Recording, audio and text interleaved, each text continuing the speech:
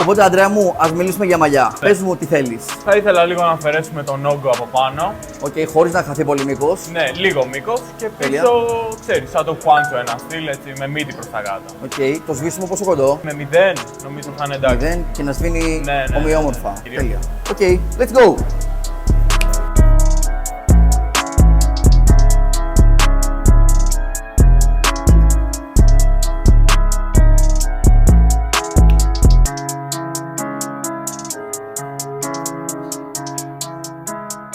Τι fade ταιριάζει, χαμηλό ή ψηλό σε αυτό το κούρεμα? Πάρα πολύ χαμηλό. Για να έχει το χώρο να σβήσει και να φαίνεται smooth, αρμονικά.